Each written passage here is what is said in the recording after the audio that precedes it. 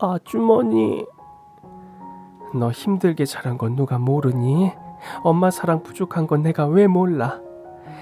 그러니까 이제부터 내가 엄마다, 할머니다 생각하고 나랑 같이 살아. 열심히 살아야 할머니도 마음 편히 눈 감고 하늘나라로 가시지. 이렇게 울기만 하면 할머니 마음 아파서 편히 쉬지도 못해. 응? 또 울지 말고. 이렇게 말하고 계시는 아주머니도 펑펑 울고 계셨습니다. 아휴, 가여운 우리 수영이 많이 힘들고 슬프지? 괜찮아. 오늘까지만 울고 내일부터 다시 씩씩한 수영이로 돌아가는 거야. 알았지? 그리고 정말 할머니처럼 따뜻한 품으로 절 안아주신 걸 지금도 잊을 수가 없습니다. 아직 어렸던 저에게 이렇게 의지할 수 있는 어른이 있었다는 건 지금 생각해도 정말 다행이었던 것 같아요. 옆에서 절 잡아주는 어른이 없었다면 아마 전 제대로 삶을 살아내지 못했을 겁니다. 고마워요, 아주머니. 제가 다 갚을게요. 갚는다는 소리도 이제 그만해. 열심히 공부하고 열심히 사는 모습 보여주는 게 갚는 거야. 알았지? 네, 아주머니.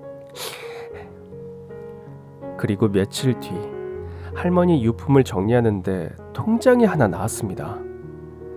그 통장엔 그동안 할머니가 나물과 채소를 팔아 벌었던 돈을 모은 통장이었습니다. 그렇게 병원비로 쓰시라고 해도 쓰지도 않고 오직 제 걱정만 하다 돌아가신 할머니를 생각하자 다시 눈물이 날 것 같았지만 꼭 참았습니다. 이젠 정말 할머니께서 자랑스러워할 만한 사람이 되겠다고 다시 다짐했습니다. 다시 학교에 나가면서 공부에만 전념한 전 성적이 금방 올랐고 전교 5등 안에 드는 모범생이 됐습니다. 고등학생 때도 성적을 계속 유지했고 결국 장학금을 받고 서울대 입학했습니다. 정말 공부 말고 다른 생각은 하지 않았어요. 그저 열심히 공부해서 좋은 대학 들어가서 하늘에 계시는 할머니와 절 챙겨주시는 반찬 가게 아주머니를 기쁘게 해드리겠다, 그 생각밖에 없었어요. 아주머니, 저 서울대 합격했어요. 아이고 장하다. 정말 잘했어. 너무 축하해, 수영아. 기숙사 생활을 하게 된 전 거의 10년 만에 다시 서울로 오가게 됐고, 올라오기 전 반찬 가게 아주머니께서 지금까지 절 챙겨주신 걸 꼭 갚겠다는 말을 다시 했습니다. 할머니가 돌아가신 후 제가 딴 길로 새지 않고 이렇게 열심히 살 수 있었던 건 전부 반찬 가게 아주머니 덕분이었으니까요. 그러고 보니까 저 아주머니 연락처도 없어요. 연락처 알려주세요, 아주머님. 자주 연락드릴게요. 아니다, 뭘 자주 연락해. 대학 생활하기 바쁠 텐데.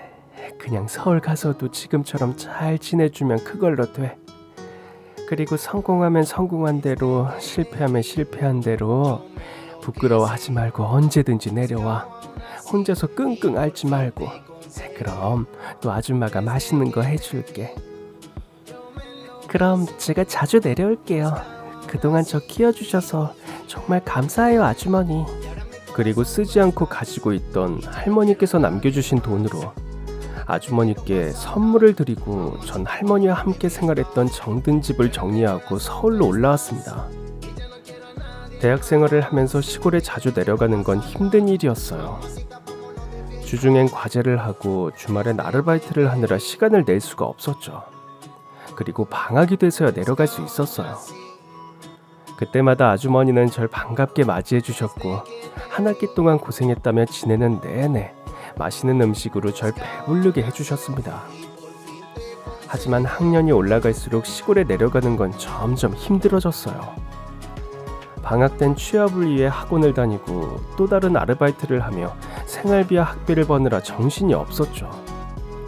전 동기들처럼 가족의 도움 없이 제 삶을 꾸려나가야 했기 때문에 남들보다 더 바쁘고 치열하게 살아가야 했습니다.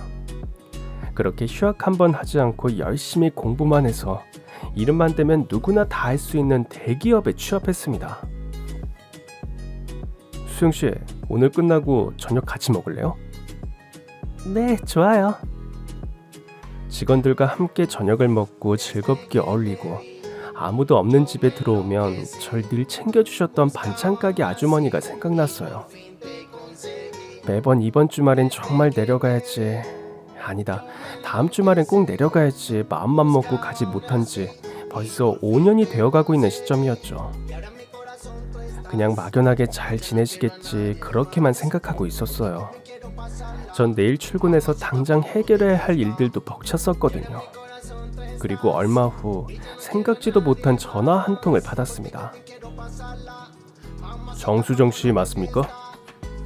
네, 그런데요. 무슨 일이시죠? 정복만 씨께서 돌아가셨습니다. 호적상 가족이라고 나와 연락드렸습니다. 20년 넘게 연락을 끊고 지냈던 아버지의 사망 소식이었습니다. 아버진 결국 알코올 중독으로 돌아가셨다고 해요. 워낙 할아버지께서 일찍 돌아가신 탓에 할머니에게 자식은 오직 아버지 한 명이었고, 아버지 역시 결혼해 엄마가 돌아가시고 이 세상에 가족이라곤 저 하나 남았으니 저에게 연락이 오는 건 어쩌면 당연한 일이었겠죠. 그렇게 아버지 장례를 치르고 집에 돌아오니 너무 이상한 기분에 휩싸였습니다. 세상에서 누구보다 절 싫어했던 사람이 아버지였는데, 부모님의 사랑이 뭔지도 모르고 큰 전 부모님보다 할머니와 반찬 가게 아주머니가 더 소중한 사람이 됐는데, 이렇게 아버지라고 장례를 치르고 온 제가 너무 이상했어요. 그리고 이젠 가족으로 연결될 사람이 정말 세상에 한 명도 없다는 생각에 절 우울하게 만들었습니다. 차라리 모르고 지냈으면 괜찮았을 걸. 아버지는 돌아가셨어도 저를 괴롭게 한다는 생각에 울분이 차오르더군요. 그리고 절 사랑으로 맞이해줄 반찬 가게 아주머니가 너무 보고 싶었습니다. 그래서 주말에 바로 시골로 내려갔습니다. 반찬 가게? 아이, 그만둔 지 꽤 됐는데. 새벽같이 찾아간 자리엔 어떻게 된 일인지 반찬 가게 대신 휴대전화 판매점이 들어와 있었습니다. 전 너무 당황스러워서 아주머니의 생방을 여기저기 물어보고 다녔어요. 하지만 아무도 모른다는 대답만이 돌아왔습니다. 반찬 가게? 사거리 앞에 있던 거? 거기 문 닫은 지 꽤 됐지. 그 집 사장님 남편이 보증을 잘못 써서 빚더미에 앉았었어. 그래서 지금도 아마 도망 다니기 바쁠걸? 그럼 휴대전화 번호도 모르세요? 도망 다니는 사람한테 휴대전화가 있겠어? 아유, 그러게 자주 좀 내려오지 그랬어. 세상에, 제가 바쁘다는 이유로 시골에 내려오지 않는 사이에 아주머니께서 큰일을 당하신 겁니다. 제가 도울 수 있는 일이 있으면 도와드리고 싶었지만 아무도 아주머니의 행방을 알지 못했습니다. 이런 불효자식이 또 있을까요? 아무리 바빠도 그때 아주머니가 됐다 그래도 무조건 연락처는 받았어야 했는데, 제 연락처와 집 주소라도 알려드렸어야 했는데, 예전 시골집으로 돌아온 전 정말 이 세상에 의지할 사람 한 명 없이 오로지 나 혼자 남았다는 생각에 아무것도 없는 차가운 거실에 누워 펑펑 울었습니다. 사람의 온기가 느껴지지 않는 집안은 너무 썰렁했고, 앞으로 내 인생도 이런 차가움 속에서 살아갈 걸 생각하니 너무 괴로웠습니다. 제가 사랑했던 사람들은 왜 저와 함께 행복할 수 없는 걸까요? 이 후유증은 월요일 출근 후에도 계속됐습니다. 멍하니 있는 시간이 늘어났고 실수도 잦아졌습니다. 수영씨, 요즘 무슨 일 있어? 저 요즘 너무 힘들어요. 입사할 때부터 친하게 지냈던 동료가 제가 이상해진 걸 알아채고 술 한잔 하자고 하더라고요. 술을 마셔서 이 외로움을 떨쳐낼 수 있다면 그렇게라도 하자는 심정으로 퇴근 후 동료와 함께 음식점을 갔죠. 술을 마시자 마음이 풀어져서 평소에도 세심하게 절 챙겨줬던 이 직장 동료에게 그동안 제 삶에 대해서 모두 털어놨죠. 제가 이런 얘기를 한다고 해서 다른 직장 사람들한테 얘기하지 않을 거란 믿음이 있었거든요. 그래서 이제 내 곁엔 아무도 없어요.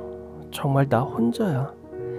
아무리 세상에 혼자 왔다 혼자 가는 삶이라지만 너무한 거 아니냐고. 왜 나는 날 사랑해주는 사람과 함께 행복할 수가 없어? 왜? 다른 사람들은 모두 부모님 품에서 고생 한번 한 적이 없이 사는데 난 이런 건 바라지도 않아. 그냥 내 곁에 날 사랑해주는 내가 사랑하는 사람이 있었으면 좋겠어. 너무 힘들어. 내 곁에 있는 사람들은 떠나기만 해. 내가 정말 엄마를 잡아먹은 년이라 하늘에서 벌을 주시는 걸까? 그런 걸까? 제 이야기를 진지하게 듣고 있던 동료는 제 술잔을 본인 앞으로 가져가더니 제 앞으로 물을 따라줬습니다. 수정씨가 다시 가족을 만들면 되잖아. 가족을 만들라고? 어떡해. 다시 만들어도 그들도 날 두고 다 떠날 거야. 정말 그럴까? 안 그런 사람들도 분명 있을 거야. 아니야. 또다시 이별하기 싫어. 절대 그러지 않을게. 절대로 네 곁을 떠나지 않을게. 지금 약속할 수 있어. 술 많이 취했지? 이제 집에 가자. 방금 뭐라고 그랬어? 네 곁을 절대 떠나지 않겠다고. 그런데 수영씨 보니까 내일 되면 아무것도 기억 못할 것 같네. 아니야, 나 안 취했어. 내 곁을 떠나지 않겠다고 한 거야 지금? 그렇다니까. 그렇게 전 회사 동료와 결혼에 성공했습니다. 여보, 우리 퇴사할까? 갑자기? 당신도 그렇고 나도 그렇고 책에 관심이 많잖아. 이걸 살려서 사업을 해보면 어떨까? 그래도 갑자기 퇴사를 하는 건 그렇고 자료조사를 많이 해보자. 사업의 방향성부터 만들어야지. 무턱대고 우리 둘 다 퇴사했다가 이도저도 아니게 되면 진짜 큰일 나니까. 알았어. 회사 생활도 재미는 있었어요. 하지만 뭔가 2% 부족한 느낌이랄까. 어렸을 때 할머니를 대신해 장사를 한 기억과 경험이 있어서 그런지 새로운 사업을 해보고 싶었습니다. 사실 남편도 사업에 관심이 많았거든요. 하지만 저보다 준비성이 철저하고 세심한 남편은 시장 조사부터 시작해 허투루 준비하는 게 없었죠. 그리고 퇴사하고 저희가 시작한 사업은 바로 도서관 시스템을 도입한 카페 사업이었어요. 저흰 저희가 하는 사업이 좋았습니다. 카페가 단순히 수다만 떨고 SNS를 위한 사진 찍기 용으로만 존재하는 게 아니라 이곳에서 앞에 말한 기능은 물론 도서관처럼 마음껏 책을 읽고 또 대여도 가능하다면 더 많은 사람들이 찾아오지 않을까 생각했거든요. 그리고 그 생각은 맞아 떨어졌어요. 처음엔 당연히 손님이 많지 않아 힘들었죠. 하지만 서점에서 쉽게 구할 수 없는 책을 구비하는 건 물론 또 사람들이 관심 가질 법한 여러 가지 상품을 판매하면서 입소문이 나기 시작했고 말 그대로 저희 카페가 핫플레이스가 됐습니다. 특히 동네에 도서관이 없어 아쉬워했던 주민들이 굉장히 좋아해 주셨어요. 또 그동안 바리스타 교육을 받은 남편의 커피 맛도 한몫했죠. 여보, 우리 도서관이 없는 다른 지역에 체인점을 내보는 건 어떨까? 체인점? 나 어렸을 때 실책을 정말 많이 보고 싶었는데 주변에 볼 수 있는 곳이 마땅치 않아서 너무 아쉬웠거든. 또 대여하면 돈 걱정 없이 책을 읽을 수 있잖아. 난 더 많은 사람이 자신이 사는 지역에서 문화 혜택을 누리면서 살았으면 좋겠어. 좋아. 그럼 어느 지역이 좋을지 한번 찾아보자. 그렇게 본점을 포함해 총 100호점까지 낸 저희의 사업은 승승장구를 했습니다. 손님들이 너무 많이 몰려와 관리직은 물론 아르바이트생도 많이 뽑아야 했죠. 그날은 본점 아르바이트생 면접이 있는 날이었습니다. 그런데 눈으로 봐도 너무 어려 보이는 소녀가 면접을 보겠다고 온 겁니다. 학생 몇 살이야? 저 중학교 2학년이요. 안타깝지만 우린 성인을 아르바이트생으로 뽑고 있어. 꼭 일을 해야만 하는 이유가 있니? 전 제 어렸을 적 생각이 나서 혹시나 하는 생각에 물어봤죠. 저 꼭 이래야 해요. 우리 할머니 저 때문에 더 이상 고생하는 모습 볼 수 없어요. 이렇게 말하며 눈물을 흘리는데 정말 제가 어렸을 때 할머니와 함께 나물 팔러 다녔던 생각이 나면서 마음이 너무 아팠습니다. 저 때문에 정말 많이 고생하신 할머니가 생각나면서 이 소녀가 지금 어떤 마음인지 알겠더라고요. 하지만 이렇게 어린아이를 직원으로 고용할 수 없었어요. 학생, 미안하지만 정말 뽑아줄 수가 없어. 정말 미안해. 마음 같아선 월급도 많이 주면서 일을 시키고 싶었지만 그럴 수 없는 상황이라는 거 다들 아시잖아요. 그래서 어쩔 수 없이 돌려보냈습니다. 그런데 일주일 뒤 이 학생이 또 찾아왔습니다. 저 정말 꼭 일해야 해요, 사장님. 저 정말 잘할 자신 있어요. 제발 뽑아주세요. 하면서 우는 학생을 보니 정말 일을 어떻게 해야 하나 고민에 빠졌습니다.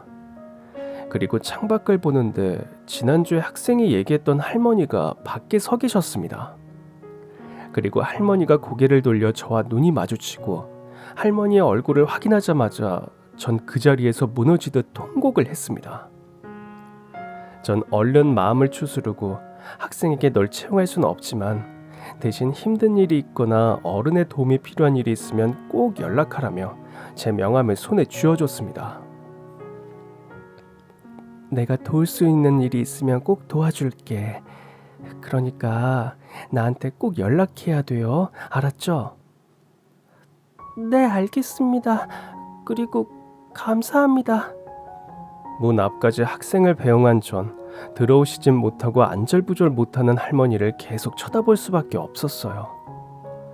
할머니를 보자마자 참을 수 없는 눈물이 쏟아졌습니다. 네가 무슨 일을 하겠다고 여길 와. 그것 봐. 너 안 받아줄 거라고 했지, 할머니가. 나도 돈 벌 거야. 그래야 할머니가 쉴 수 있잖아. 다른 곳에 찾아가서 또 물어볼 거야. 전 더는 참을 수 없어 뒤돌아가는 할머니를 뛰어나가 붙잡았고 누군가 자신을 잡는 손길에 놀란 할머니가 절 돌아보시자마자 갸웃하시더니 절 한 번에 알아보셨습니다. 너 혹시 수정이니? 네, 아주머니, 저 수정이에요. 알아보시겠어요? 어머 세상에, 수정아, 아유 수정아.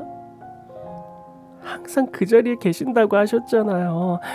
성공하든 망하든 제 밥은 책임져 준다고 하시고 어디 가셨던 거예요? 네? 미안하다, 미안해. 내가 너무 미안해, 수정아. 그렇게 15년 만에 만난 저와 아주머니는 카페 앞에서 서로를 안고 한참을 울었습니다. 조금 진정이 된 전 할머니와 할머니의 손녀딸인 학생을 카페 안으로 들였고 그동안 아주머니께 어떤 일이 있었는지 모두 들을 수 있었습니다. 네가 서울로 올라가고 얼마 안 돼서 우리 집 남편이 보증을 섰어. 그런데 그게 잘못되는 바람에 그 빚을 우리가 다 짊어지게 된 거야.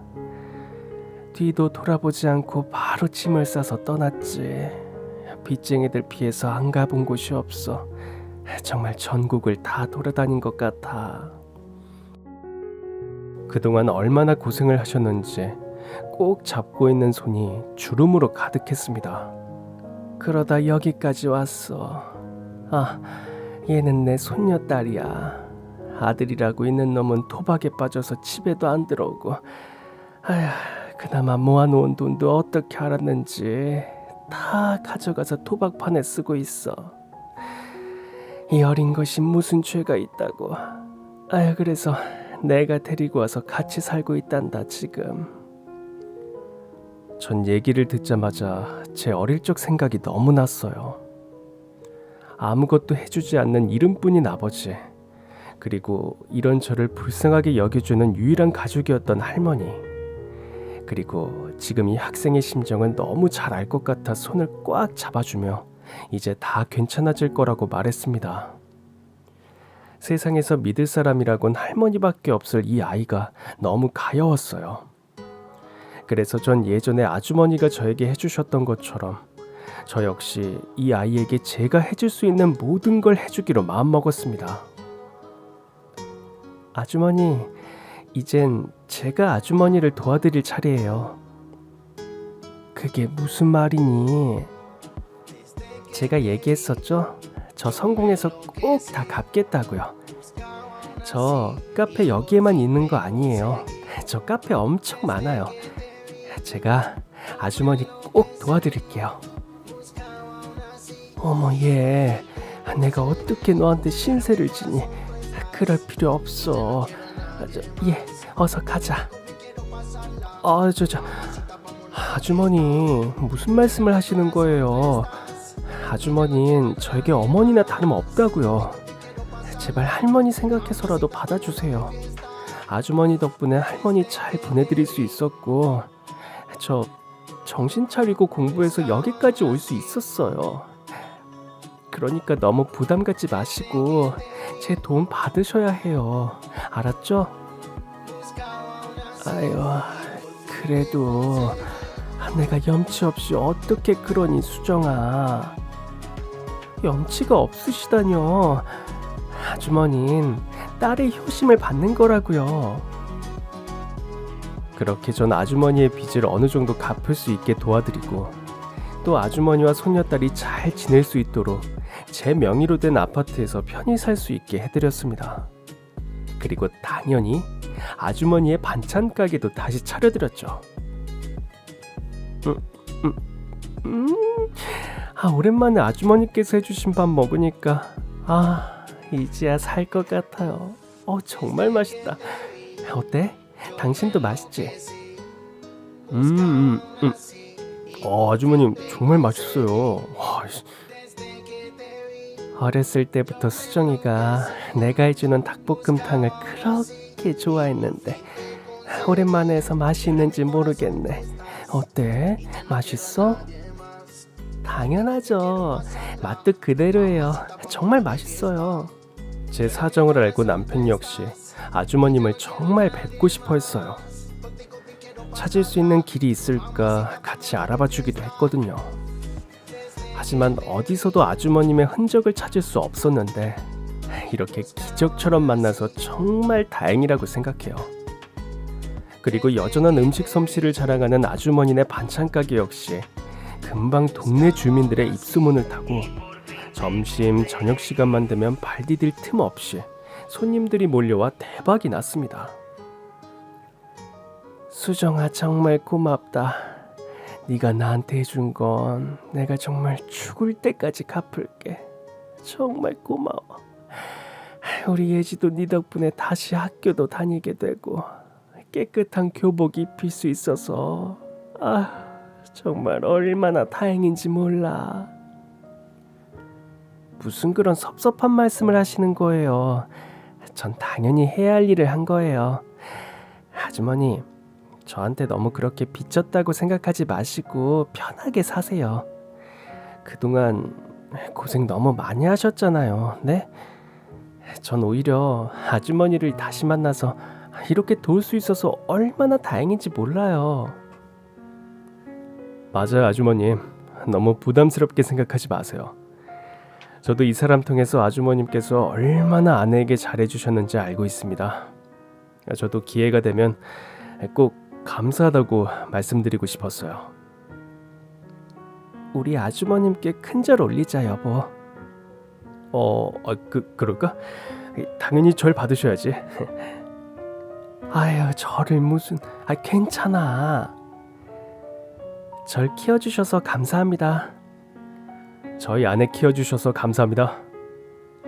아유, 그래. 이렇게 훌륭하게 커져서 내가 다 고맙다. 아유. 남편과 연애하고 결혼했을 때도 그렇고 반찬 가게 아주머니를 다시 만났을 때도 그렇고 세상에 내 편이 있다는 게 이렇게 든든하다는 걸 다시 한번 깨닫는 요즘입니다. 오로지 할머니의 사랑만 받으며 자란 저에게 무슨 복이 있는 건지, 어떻게 이렇게 멋지고 마음씨도 고우신 아주머니를 만날 수 있었을까요? 할머니가 돌아가시면서 저에게 마지막으로 주고 가신 선물은 아니었을까요? 그리고 세상에 사랑받지 못할 사람은 없다는 것도 깨닫고 있습니다. 전 제가 태어나선 안 될 존재라고 늘 믿고 있었고 어떤 어른도 그게 잘못된 생각이라는 걸 알려주지 않았죠. 하지만 할머니와 살면서 나도 사랑받을 수 있는 사람이라는 걸 알게 됐고, 그리고 주변에서 주는 도움의 손길이 얼마나 소중한 것인지 알게 됐습니다. 그래서 아주머니의 손녀딸인 예지를 보면 자꾸 제 어렸을 적 생각이 나서 더 잘해주게 되는 것 같아요.